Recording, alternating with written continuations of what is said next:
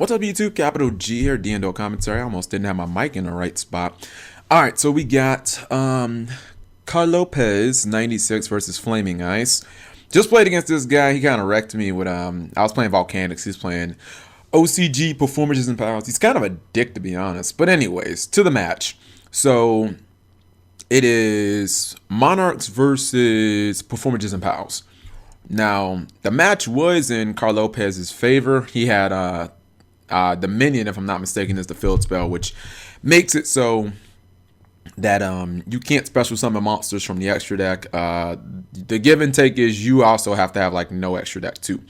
Looks like he lost that and lost a good amount of his field and played Max C because he felt like Flaming Ice was going to pendulum summon. I think he might have I think Flaming Ice just pendulum summoned and end turned.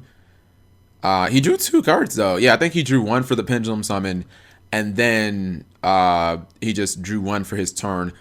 Looks like he's gonna banish Eidos or Eidos. I guess it's depending on how you pronounce it. Banishes Eidos for. Because I'm looking into the Monarch deck, man.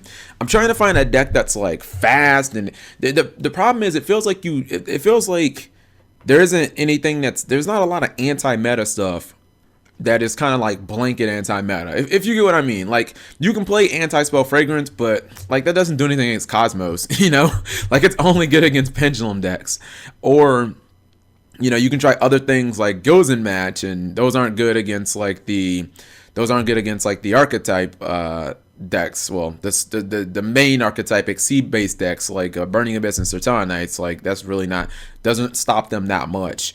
So special summon two monsters. I believe when you summon Eidos, its effect triggers and you get to summon a 800 attack, 1000 defense, which is usually ideal. Looks like he's gonna trib summon.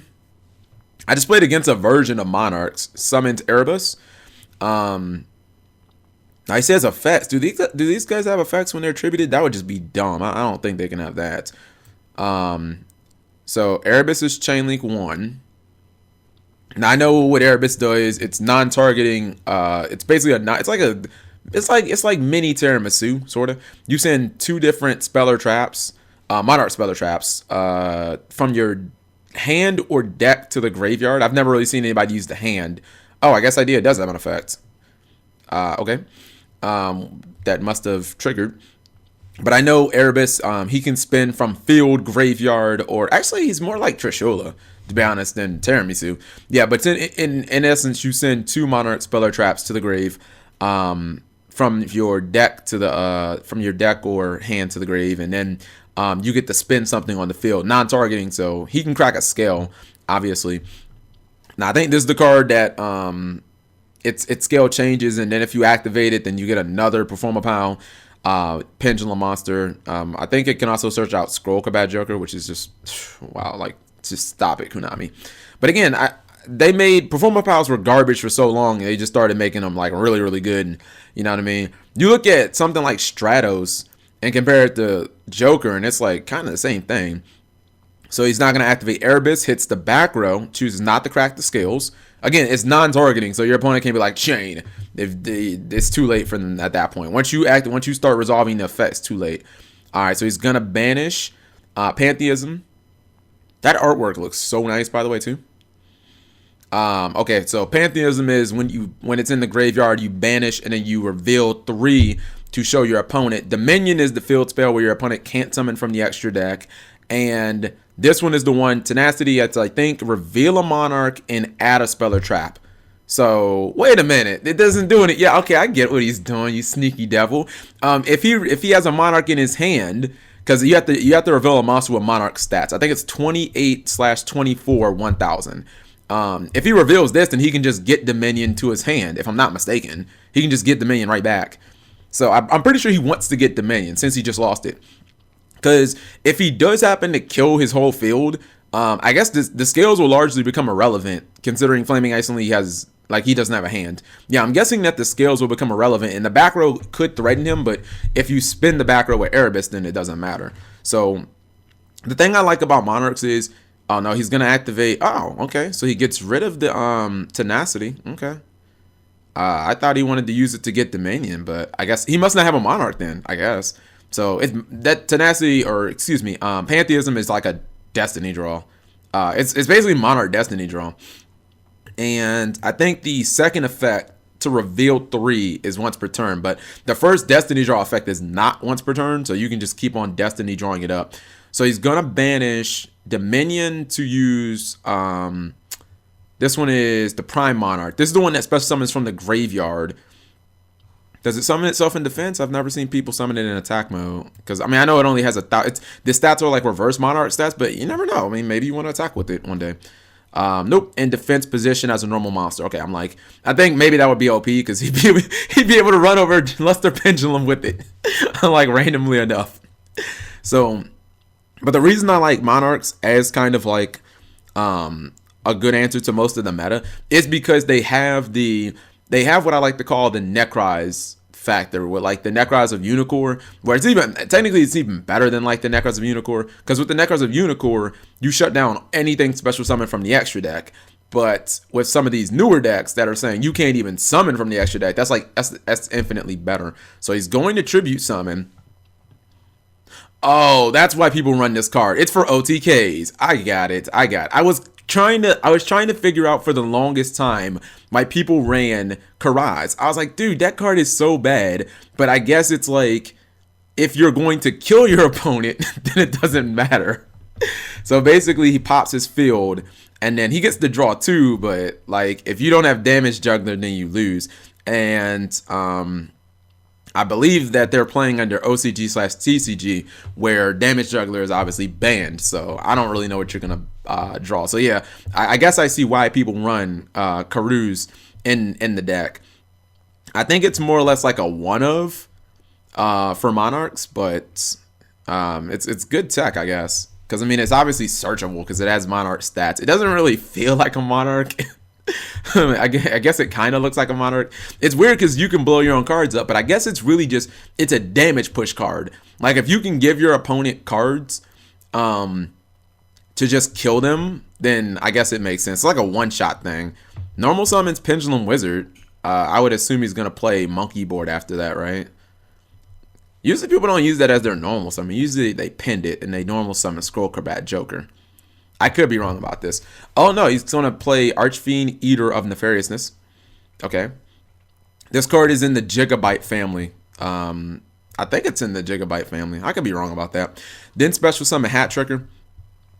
After this would be a good time to max, see if he had it. But I think a lot of Monarch versions are just running like, I don't think they're even playing max. I think they're playing like Effect Veiler more.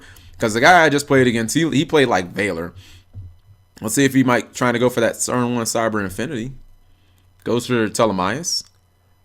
You know what? Maybe he just didn't have damage. Maybe he just doesn't play Damage Juggler.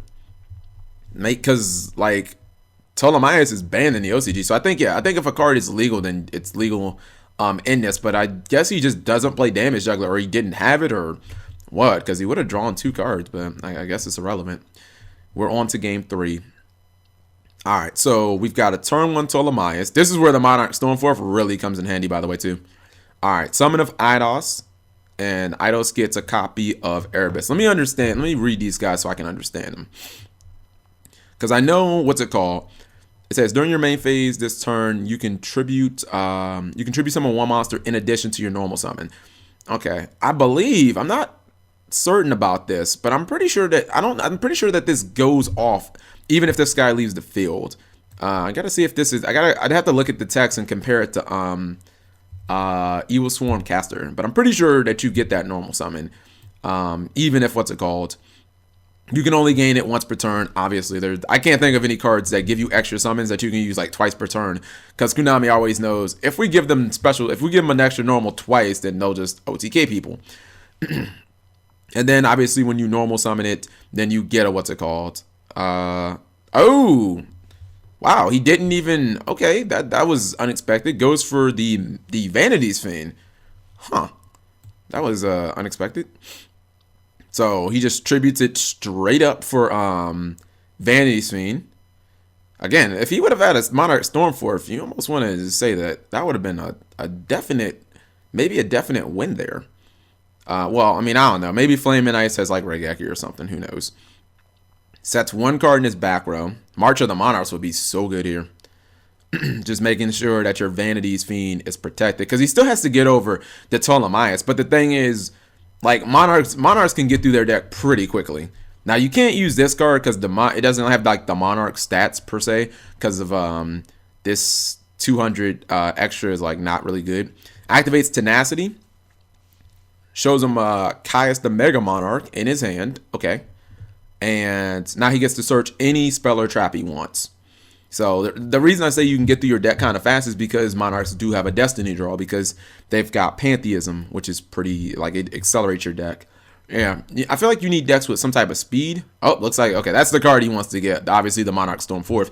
If he can get this off the field and this off the field, I think I'm ready to call it a game. No special summoning obviously hurts.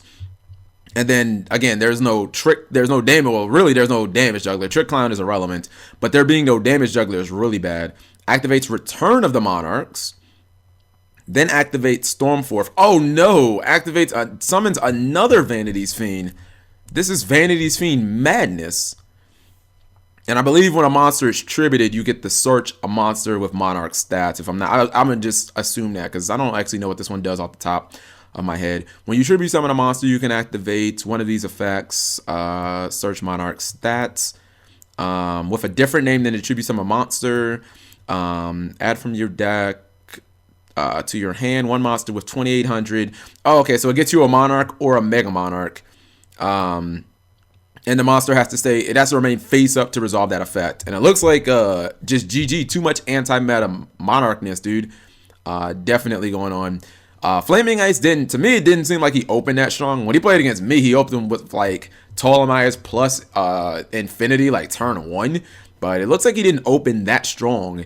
And I guess one good thing about Monarchs is outside of like the Dominion getting Twin Twisted, a lot of the other stuff you can just banish from the graveyard to trigger other things like the Monarch trap cards, and you can banish them or return them with the Monarch trap cards. So even when your stuff gets blown up by Twin Twister, it's really not that big of a deal. But that, I guess, is a pretty decent demonstration of how Monarchs can fare against Performages and friends. And again, this is essentially post Bosch that you guys are watching. Every card that you saw here, there was nothing from Shiny Victories or anything like that. So thank you guys for watching as always.